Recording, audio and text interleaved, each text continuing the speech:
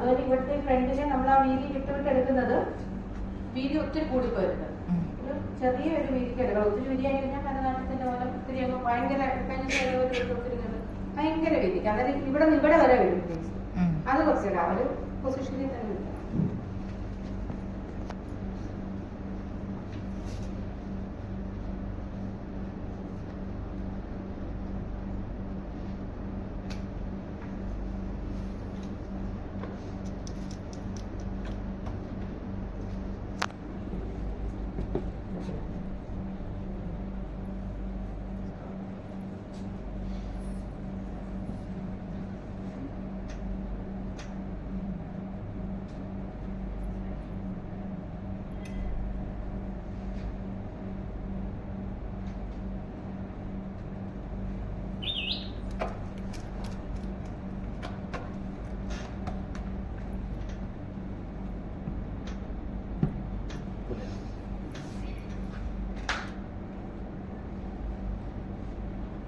പഠിച്ചു കഴിഞ്ഞാൽ ഭയങ്കര സിമ്പിളാണ്, പഠിക്കാൻ ഇച്ചിരി പാടാം, പഠിച്ചു കഴിഞ്ഞാൽ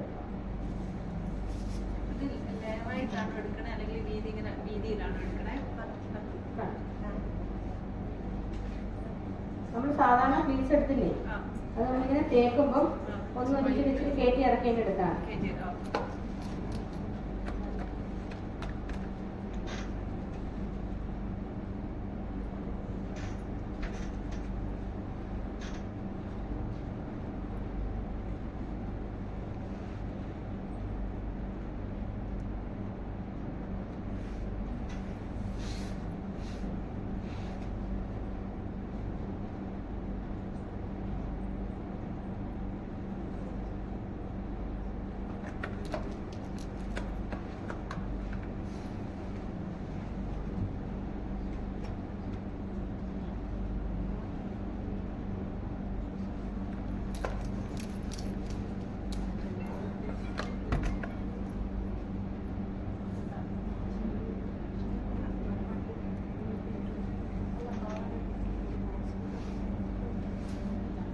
നമുക്ക് ഇങ്ങനെ ചെറുക്കൻ്റെ വീട്ടിലെ സാരികളും ഒക്കെ തലേന്ന് 2 ദിവസം മുന്നേ വാങ്ങിച്ചിട്ട് ഇതുപോലെ നമുക്ക് സെറ്റ് ചെയ്ത് കൊടുത്തു കഴിഞ്ഞാൽ അവർ കാലത്തി വെച്ച് കൊടുക്കത്തില്ലേ, അപ്പോഴും നമുക്ക് എളുപ്പമാണ്. 5 മിനിറ്റ് പോലും കിട്ടത്തില്ല സെക്കൻഡ് സാരി തേർഡ് സാരി ഒക്കെ മാറാൻ.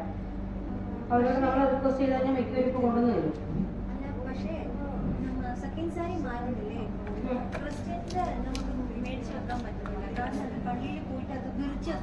അത് ക്രിസ്ത്യൻസിന്റെ ഹിന്ദു ബ്രൈഡിന്റെ കാര്യം. നായേഴ്സ് വെഡിങ്ങിന് 3 സാരിയാണ്. അവർക്ക് ചെറുക്കൻ അവിടെ താലത്തിൽ വെച്ചിട്ടാണ് കൊടുക്കുക. അപ്പൊ ആ താലത്തിൽ വെക്കാൻ നമുക്ക് ഈ ഫോൾഡ് ചെയ്ത് കൊടുക്കാൻ അതെന്താണ്, എന്താ ഡൗട്ട് പറ. അവര് നിവർത്തി എഴുതണേ. അല്ലാതുള്ള ഞാൻ പറഞ്ഞ ഹിന്ദു ബ്രൈഡ്, നായേഴ്സ് വെഡിങ്, അതുപോലെ തന്നെ വിശ്വകർമ്മ, അവർക്കൊക്കെ നമുക്ക് സ്പോട്ടിലാണ് സംഭവം കിട്ടുക. അപ്പൊ ആ സമയത്തുള്ള കാര്യമാണ്.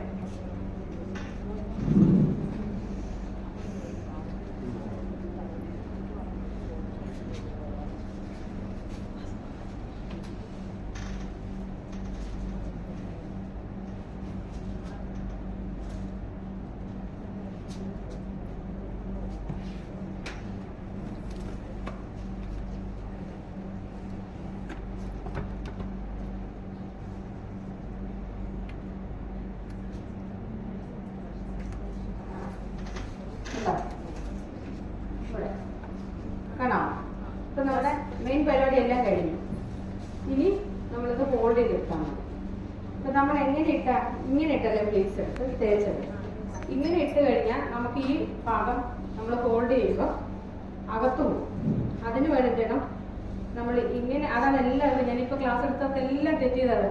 ഇങ്ങനെ ഇട്ട് തന്നെ അവർ മടങ്ങും. ഇത് നമ്മൾ എടുത്തിട്ട് തിരിച്ച് ഇടണം. മനസ്സിലായോ? ഇപ്പം നമ്മൾ മടക്കുന്ന ഭാഗം അത് ചെയ്തെടുത്ത ഭാഗം അകത്തു പോകും. ഓക്കെ,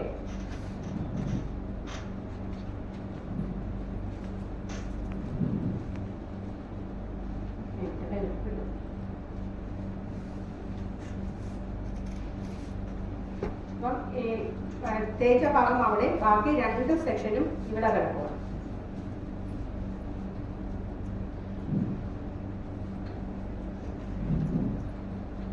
ഇത് നമ്മൾ തേച്ചെടുത്ത ഭാഗം. ഇത് നമുക്ക് ഹോൾഡ് എത്ര വേണ്ടേ? നമുക്കൊരു ബോക്സിന്റെ അളവ് ഒരു ഇത്രയും ഒരു ഈ ഒരളവ് നമ്മുടെ ബോക്സ് എടുക്കുന്ന ആ ഒരു വീതി കൂടിയും പോകരുത്, തീരെ കുറഞ്ഞും പോകരുത്.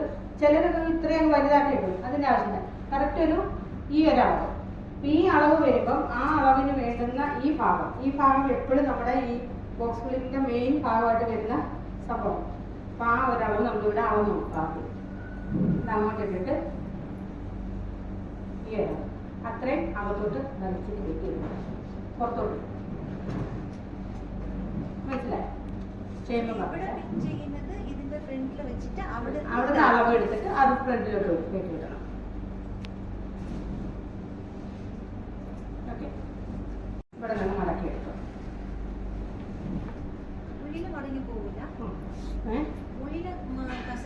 ഇല്ല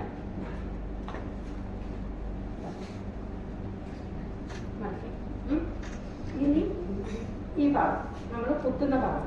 അപ്പൊ അത് മിക്കവാറും നമുക്ക് ഇങ്ങനെ ആയിരിക്കത്തില്ല, തുമ്പ് കെട്ടിയതായിരിക്കും. അപ്പൊ നമ്മൾ ഇങ്ങനെ ഇടുമ്പോ തുമ്പ് വെളിയിൽ വരും. അതിനെന്താ ചെയ്യാ? അതിന്റെ തൊട്ട് നമ്മൾ ഈ മടക്കിന്റെ അവിടെ കൊടുക്കാം, പിന്നെ അകത്തോട്ട് കൊടുക്കാം, എന്നിട്ട് ബാക്കി മടക്കെടുക്കാം.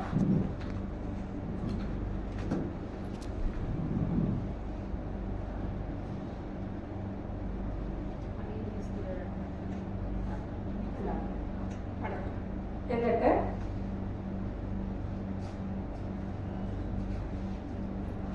ഈ ഒരു വീതി ഉണ്ടല്ലോ, കറക്റ്റ് ഈ എൻഡിങ്ങിൽ നിന്ന് മടക്കാം. കയറി പോലെ അല്ലെങ്കിൽ പോലെ ഈ എൻഡിങ്ങിൽ നിന്ന്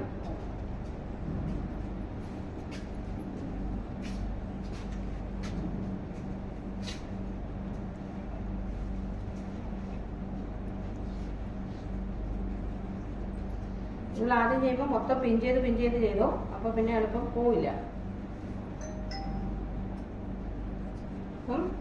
മൊത്തം മടക്കി ഇനി ഇത് ഇങ്ങോട്ട് എടുക്കുക.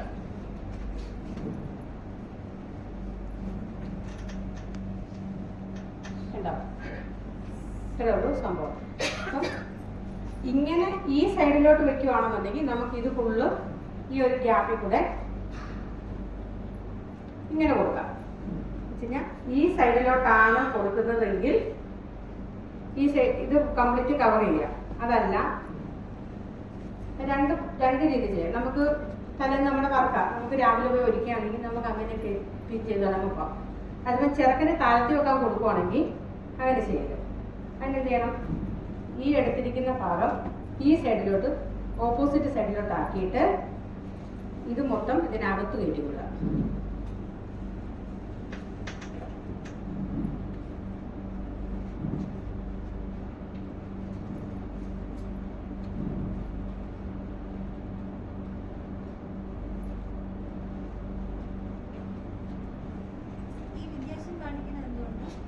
ആ വ്യത്യാസം കാണിക്കുന്ന ഒന്ന് താഴത്തേക്ക് വെച്ച് കൊടുക്കുമ്പോൾ മറ്റേതൊന്നും വെളി വരത്തില്ല. ഇത് മാത്രമേ ഉള്ളപ്പോൾ നീറ്റായിരിക്കും.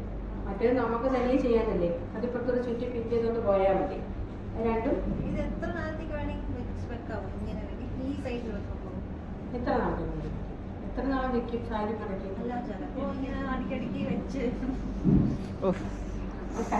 ബ്രൈഡിന്റെ അല്ല, ചിലപ്പോ ഇങ്ങനെ യാത്ര പോകാൻ വേണ്ടിട്ട് ഇങ്ങനെ അടിക്കടിക്ക് വെക്കൂലേ, അതുപോലെ ആരെങ്കിലും കൊണ്ടുപോകുന്നവരാണെങ്കിൽ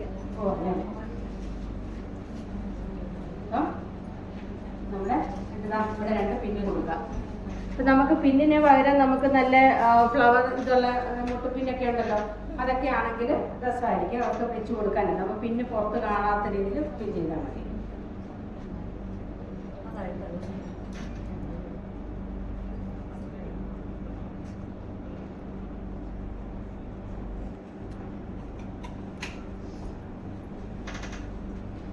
അപ്പോ